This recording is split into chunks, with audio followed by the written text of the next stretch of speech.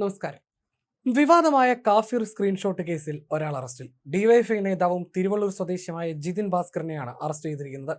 പ്രത്യേക അന്വേഷണ സംഘമാണ് ജിതിനെ അറസ്റ്റ് ചെയ്തത്. ഡിവൈഎഫ്ഐ ബ്ലോക്ക് കമ്മിറ്റി അംഗമാണ് ജിതിൻ.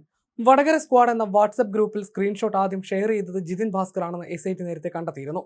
ജിതിൻ ഭാസ്കർ തന്നെ ആയിരിക്കാം സ്ക്രീൻഷോട്ട് നിർമ്മിച്ചതെന്നാണ് പ്രാഥമിക വിവരം. ഇതുമായി ബന്ധപ്പെട്ട് ഇയാളെ ചോദ്യം ചെയ്തുകൊണ്ടിരിക്കുകയാണ്.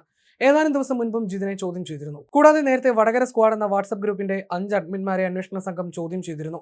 ഡിവൈഎഫ്ഐ നേതാവ് റിബേഷ് രാമകൃഷ്ണന് കാഫിർ സ്ക്രീൻഷോട്ട് ലഭിച്ചത് വടകര സ്ക്വാഡ് എന്ന ഗ്രൂപ്പിൽ നിന്നാണ്. ഗ്രൂപ്പിന്റെ അഡ്മിൻ പാനലിൽ ഡിവൈഎഫ്ഐ ബ്ലോക്ക് കമ്മിറ്റി അംഗങ്ങൾ ഉൾപ്പെടെയുണ്ട്. വ്യാജ സ്ക്രീൻഷോട്ട് നിർമ്മിച്ചതിന് പിന്നിൽ പ്രവർത്തിച്ചതാരാണെന്നും ആരുടെ നിർദ്ദേശപ്രകാരമാണ് ഇത് പ്രചരിപ്പിച്ചതെന്നുമാണ് അന്വേഷണ സംഘം പ്രധാനമായും കണ്ടെത്താൻ ശ്രമിക്കുന്നത്. പുതിയ അന്വേഷണം വന്നതോടെ CPM അങ്കലാപ്പിലുമാണ്. വിവാദ സ്ക്രീൻഷോട്ട് വന്ന വാട്സ്ആപ്പ് ഗ്രൂപ്പുകളൊക്കെ പിരിച്ചുവിടുകയും ചെയ്തിരുന്നു.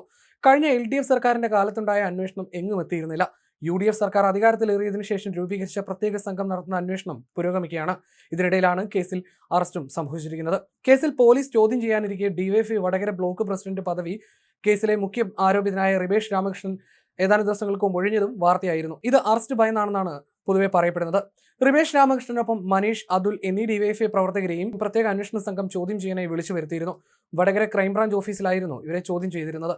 Red volunteers battalion WhatsApp group അംഗങ്ങളാണ് അതുലും മനീഷും. ഇവയെല്ലാം CPM ഗ്രൂപ്പുകളാണ്. അതുകൊണ്ട് തന്നെ പാർട്ടിയിലെ പ്രമുഖ നേതാക്കളുടെ സമ്മതപ്രകാരമാണ് കാഫിർ സ്ക്രീൻഷോട്ട് പുറത്തു വന്നതെന്നാണ് പറയുന്നത്. ഏത് നേതാവാണ് ഈ കുബുദ്ധിയുടെ കേന്ദ്രമെന്ന് കണ്ടുപിടിക്കുകയാണ് അന്വേഷണ സംഘത്തിന് മുന്നിലുള്ള മറ്റൊരു വെല്ലുവിളി.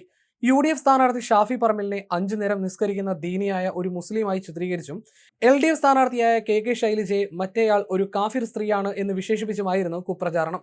ഇതിന്റെ അവസാനം നമ്മൾ ആർക്കാണ് വോട്ട് ചെയ്യേണ്ടത് എന്ന തരത്തിലുള്ള ചോദ്യം ഉന്നയിച്ച് വോട്ടർമാർക്കിടയിൽ മതപരമായ വേർതിരിവുണ്ടാക്കാൻ ശ്രമിക്കുന്ന സന്ദേശമായിരുന്നു സ്ക്രീൻഷോട്ടിൽ ഉണ്ടായിരുന്നത്. മുസ്ലിം ലീഗിന്റെയും UDFന്റെയും പ്രവർത്തകർ ചേർന്ന് KK ശൈലജയ്ക്കെതിരെ ഇത്തരത്തിൽ വോട്ട് ചോദിക്കുന്നു എന്ന രീതിയിലാണ് ഈ വ്യാജ ചിത്രം സോഷ്യൽ മീഡിയയിൽ വ്യാപകമായി പ്രചരിക്കപ്പെട്ടത്. ആദ്യം ഇടത് സർക്കിളുകൾ ഇത് പ്രചരിപ്പിച്ചുവെങ്കിലും UDF ഇതിന്റെ ഉള്ളടക്കം പരിശോധിക്കാൻ ആവശ്യപ്പെട്ടതോടെ CPM പ്രതിരോധത്തിലായി.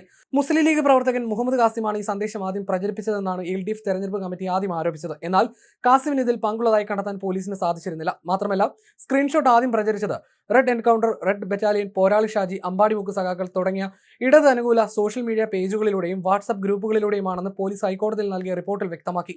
ഡിവൈഎഫ്ഐ നേതാവും അധ്യാപകനുമായ റിബേഷ് രാമകൃഷ്ണനാണ് റെഡ് എൻകൗണ്ടർ എന്ന വാട്സ്ആപ്പ് ഗ്രൂപ്പിൽ ഈ സ്ക്രീൻഷോട്ട് ആദ്യമായി പോസ്റ്റ് ചെയ്തത്. പക്ഷേ ഉറവിടം കണ്ടെത്താനായിരുന്നില്ല. റിബേഷ് രാമകൃഷ്ണൻ, പോരാളി ഷാജി, പേജിന്റെ അഡ്മിൻ വഹാബ്, മറ്റിടത് പേജ് അഡ്മിന്മാരായ മനീഷ്, അമൽ, റാം എന്നിവരെ പോലീസ് അന്ന് ചോദ്യം ചെയ്തെങ്കിലും സ്ക്രീൻഷോട്ടിന്റെ യഥാർത്ഥ ഉറവിടം തങ്ങൾക്കറിയില്ല എന്നായിരുന്നു ഇവരുടെ മൊഴി. ഇതിനെ തുടർന്ന് പോലീസ് അന്ന് അന്വേഷണം അവസാനിപ്പിക്കുകയും ചെയ്തു. സ്ക്രീൻഷോട്ട് നിർമ്മിച്ച യഥാർത്ഥ പ്രതിയെ കണ്ടെത്താൻ കഴിഞ്ഞില്ലെന്ന് കാണിച്ച് പോലീസ് പിന്നീട് കോടതിയിൽ റിപ്പോർട്ട് നൽകുകയും അന്വേഷണം വഴിമുട്ടുകയുമായിരുന്നു.